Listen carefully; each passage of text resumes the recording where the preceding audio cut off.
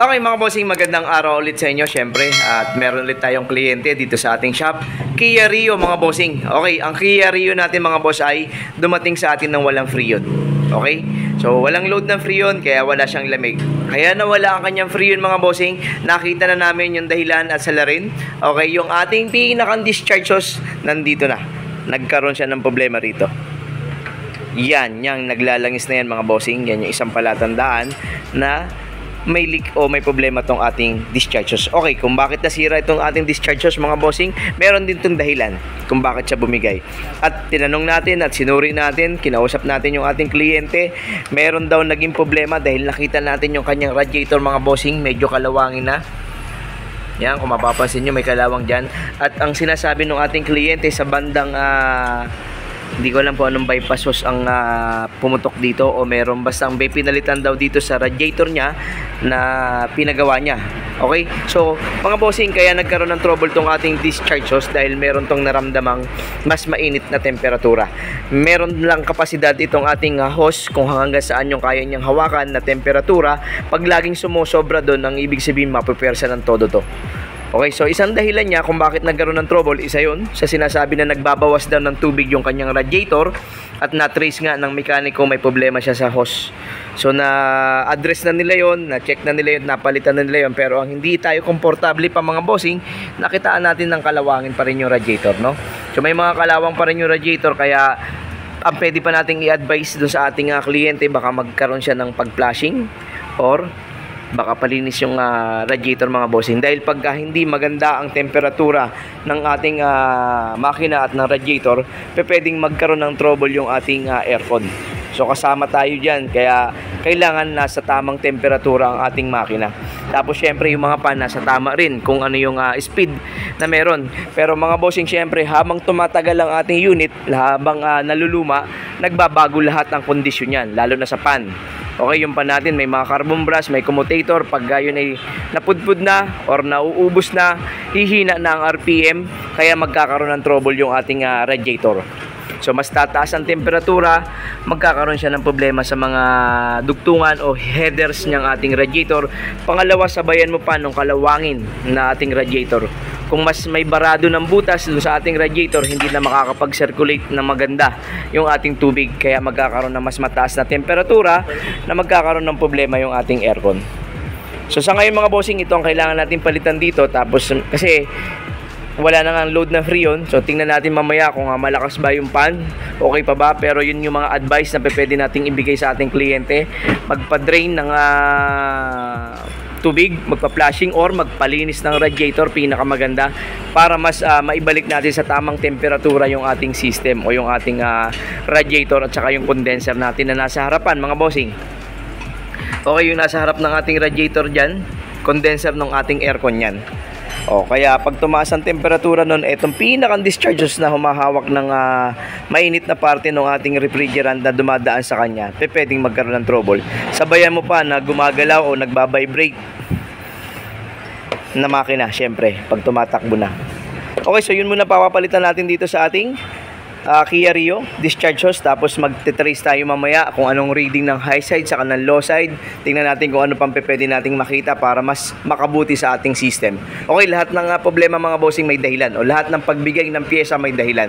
Kaya hanapin natin yung pinakang dahilan bago natin palitan ng panibago yan, or mapagana ulit ng tama yung ating aircon system at yung ating hose, kung gaano katagal ulit ang buhay na pwede niyang itagal. Kasi pag hindi natin na-address yung problema niya, kahit bagong palit to mga bossing, bibigay ulit yan. Kung yung original nga bumigay, pero syempre yung ating year model nitong Kia Rio, syempre may konti ng edad, no? So may mga 6 o 7 taon na siguro tong Kia Rio natin na to. Ayun lang mga boss, tingnan natin mamaya kung ano yung ating pwede pang makita sa kanya na problema. Napansin lang din namin mga bossing kanyang belt ng all power steering natin. Okay, napansin natin na mga biyak-biyak na, no? Mga bossing, hindi natin linya yung ating yan, yung ganyan. Pero pag nakitaan natin siya ng ganyang problema, ina-advise natin, no? Kasi minsan kasi pag hindi napapacheck nung talagang may-ari at nalagutan sila niyan o naputulan sila ng belt na yan, kawawa naman sa daan kung maaabutan sila. So ito isang malasakit lang naman sa ating kliyente at sinasabi naman natin sa kanila kung papasabay nila, total andyan na rin kami sa area na yan at pwede namin galawin, hindi na natin sila pinapasa sa iba pa, no? Kasi baka mamaya makalimutan or hindi mapagawa, matirikan sila sa kalsada, no? So medyo mahirap. Kaya yung mga simpleng bagay mga bossing, isa naman sa makakatulong sa ating mga kapwa yan, no? Hindi naman, kaya sabi ko nga, yung labor walang problema, kahit isabay na natin sa labor, okay lang yan. So makatulong din lang naman tayo, no? Yun lang din naman ang ating goal sa ating shop, no? Hindi lang basta kumita, syempre magkaroon tayo ng medyo mas magandang relasyon sa ating kliyente. Yung konting malasakit sa mga simpleng bagay, bakit hindi natin kailangang ibigay? Okay? Sa pagpalit ng ating hose mga bossing, yun lang din naman fittings ang gagamitin natin, no? Kasi wala naman tayong mabibili niyan. So fit ng itong ating perol, okay, itong perol natin, tatanggalin lang natin yan, hinihiwa natin yan ng lagari. Tapos pag natanggal na natin yan, kailangan nating malinis yung pinakang fittings nito. May mga parang kung sa may mga sima yan mga bossing, may mga hindi ko alam groove ba ang tawag doon. So basta meron yan, yun yung pag inipit mas kakapit dito sa ating hose, no? So pinapatanggal lang natin yan at papalitan na lang natin ng panibagong hose yan. So pakita namin sa inyo kung paano palitan tong ating hose na to. Okay, ito mga bossing yung ating belt na tinanggal. O yan, nakita nyo naman, konti na lang ang buhay nito. Pagka mga ganyan, minsan wag natin baliwalain, no? Hindi man tayo ang gumagamit ng ating sasakyan, pero yun yung sinasabi natin na kung may malasakit ka, i-advise mo. Kung hindi mo kayang gawin, i-advise mo na ipagawa nila, no? So yan, papalitan lang natin. Mura lang naman to mga bossing. Ito yung sinasabi natin mga bossing ngayon, no? Yung pinakang parang sima siya o groove siya dyan, no? Na para pag inipit, mas magka-clamp yung ating fittings dun sa ating hose, no? Ayan, dalawa yan. Okay, so papasukatan lang natin yung original nating hose, tas babalik natin yan. Papaipit ulit natin yan doon sa ating crimping machine natin, no? Mga bossing, nakuha na natin yung tamang sukat ng ating hose, no? Andiyan na rin yung ating fittings at isasalang na natin siya doon sa ating crimping machine, no? Okay, itong ating hydraulic crimping machine mga bossing, ito yung mga nabibili sa Lazada. Yan lang naman yun, napakasimple lang naman yan. At saka ang mahirap lang naman gawin dyan yung mga bala, yung mga sukat ng ating pinakang pang crimp sa loob, no?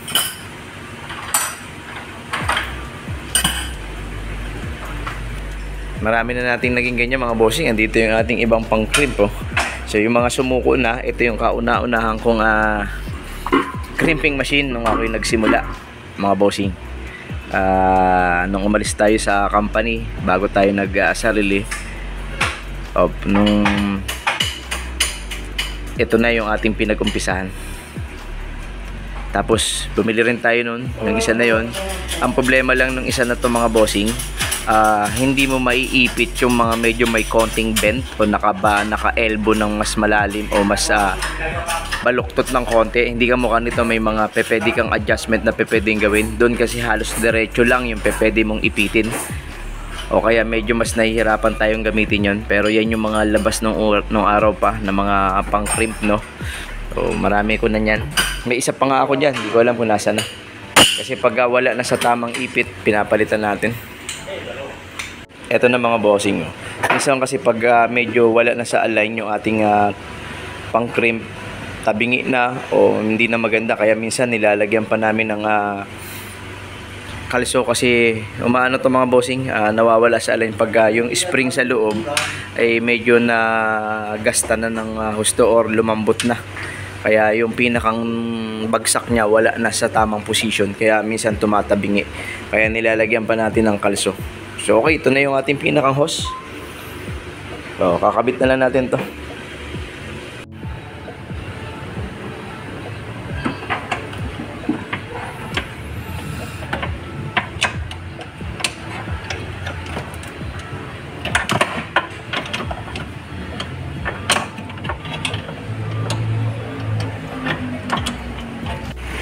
Mga bossing, load tayo ng Freon dito sa ating Kia Rio. Okay, meron tayong reading na 30.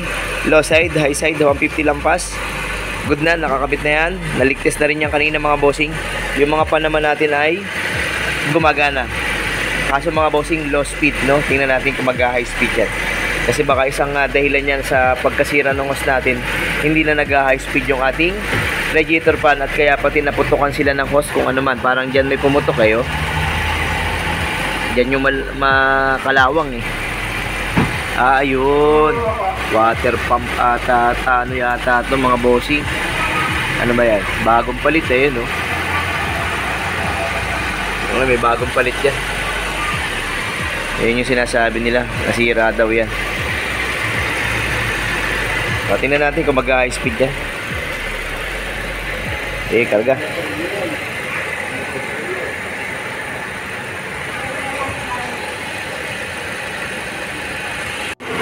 Mga boss, narinig ko na yung high speed ng ating pan. Okay, umugong na siya. Mas lumakas na yung ikot. Kanina makikita natin yung blade parang mabagal. Ngayon mas matuli na yung ikot niya. So very good naman, nag-high speed. So isa lang siguro dahilan yung kasira ng hose na yun o yung pyesa na nandun sa ating radiator. Low side 35, high side mga nasa 160. Tingnan natin pagka napuli load na yung Freon. Mga bossing, ito na yung final na rating natin. So bumababa naman ng 30, 31. So ganun lang yung ating high side, wala pang 175. Good naman na yung Freon natin mga bossing. At yung belt natin na may problema, no? Napalitan na natin yan. Ayan.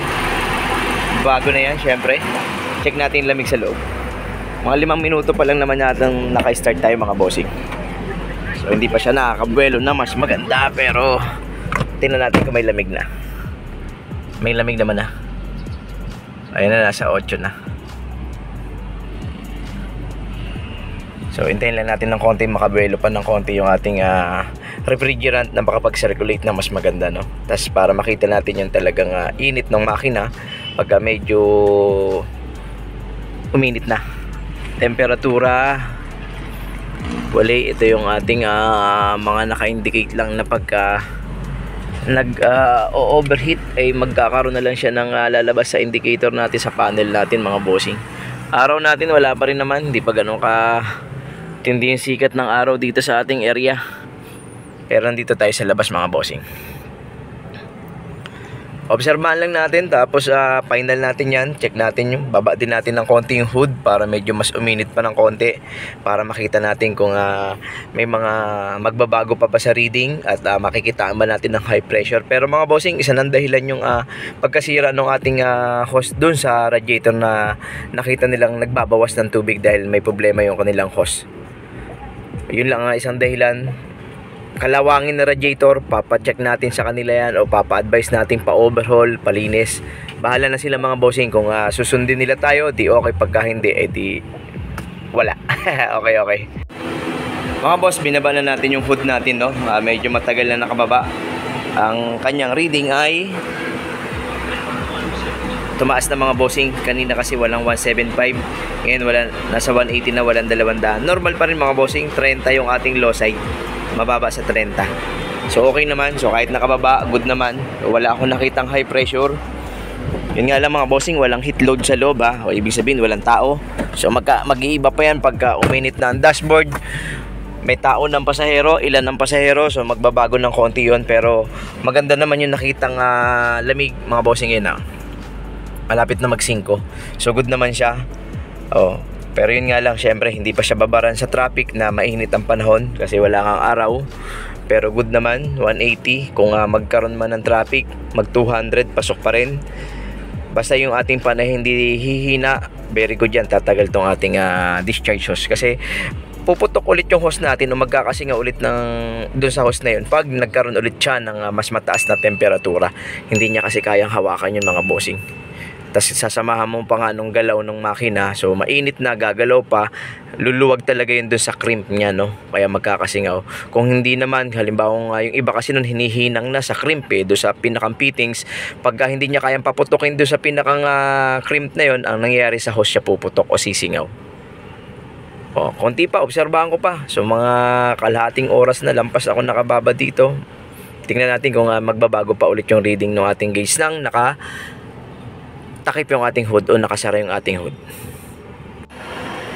Final na tayo mga bossing. Lumalabas na rito yung init ng ating makina.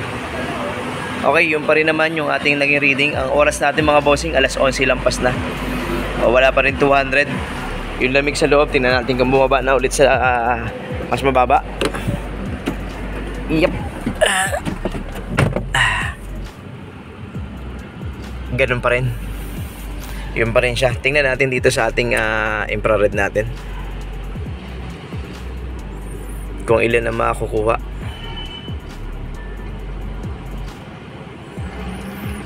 Doon sa sinasabi ng ating analog na malapit siya sa 5.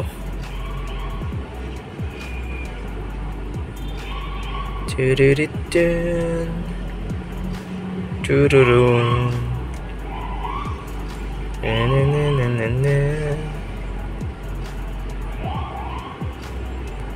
Okay, doon sa ating analog mga bossing, sa 8 masaya na tayo, sa 10 masaya na tayo ron kasi talagang medyo maganda rin naman ang lamig na nun, no? Wag lang talagang wala pang araw, nasa 12, 13 na tayo o 15. So hindi tayo komportable sa ganong binibigay niyang lamig, binabasa na lamig ng thermometer natin. Pero pag nakababa tayo sa G's, laban yun mga bossing, laban.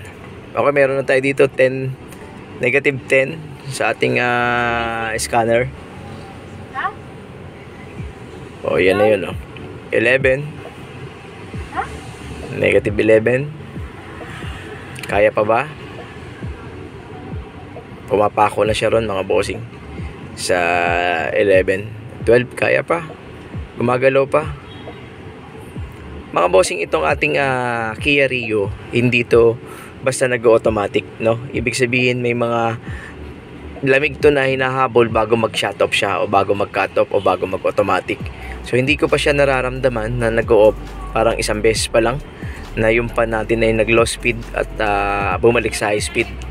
Pero dito sa pagpasok ko ngayon, parang hindi ko pa siya nararamdaman ulit na nag-o-off, no? So isa yan sa mga nagpapahirap din sa ating aircon, yung hindi nag-automatic. Kaya nga yung iba nating mga kagaya sa mga Hyundai Accent o mga Hyundai, isa rin yan, no, na medyo hindi kamukha ng mga Toyota natin na pwede mong i-adjust yung thermostat. Ito wala mga bossing, to, heater So pag ginalaw mo yung temp na yan, magbabago yung ventilation ng hangin at magkakaroon ng pag-blend yung malamig at saka mainit, kaya magbabawas ng lamig, no? Hindi siya yung adjustment na parang sige gusto kong babaan, mas mabilis mag-automatic. Pwede mong gawin dun, no? Pero hindi kagaya ng mga BIOS natin to mga bossing Kaya kung sa lamig, talaga may lamig talaga dahil continuous na mas matagal yung ikot ng ating compressor. Pero yun nga lang, yung buhay ng pag-automatic hindi siya kaparehas. Yun ang isang pinaka na-obserbahan namin, no? Parang hindi ko pa siya nararamdaman nag-o-off Okay, itong ating pumako na yung ating scanner na infrared dito sa ating 13.3, negative 13. Doon siya naglalaro, 13. Okay, doon sa atin ay silaw. Yun, nasa 5 lang, no? Pero dito nasa 13. Okay, ayun lang naman. So pa-obserbahan ko pa rin yung ating automatic. Tingnan natin kung pag na-revolution ng konti, kasi may mga ganun mga bossing pag tumakbo ka na, doon siya nag-automatic, no? Pero yung yun, naramdaman ko mga boss, nag-automatic. Na-rev ko ng konti, no? Yun yung mga na-obserbahan natin sa mga ganito, kasi pareha sila halos ng Hyundai natin, no? So ayun lang mga boss. Discharge hose sumingaw. Bakit? Nagkaroon ng trouble yung ating radiator. Nagbabawas siya ng tubig, kaya nakaramdam ng mas mataas na temperatura yung high side, kaya nagkaroon ng problema yung ating discharge hose. Mas okay na yung mga bossing na yung hose ang sumingaw kaysa naman yung pinakang compressor ang mapuwersa. mas mahal yung ating compressor. O kaya okay lang na yung hose ang bumigay. So ganoon lang, mga pansinin nyo pag medyo tumatabang ang lamig ng aircon nyo, pacheck nyo na kasi baka mamaya unang-una yung itong fan humihina na o tumitigil na. So maingatan nyo o maunahan nyo na wag na dumating sa pinakamalaking grabing gastos, no? O yun lang naman na advice ng Team RCS. Maraming salamat ulit sa inyo mga bossing. Syempre ingat lagi at God bless sa ating lahat. Thank you mga bossing. Thank you.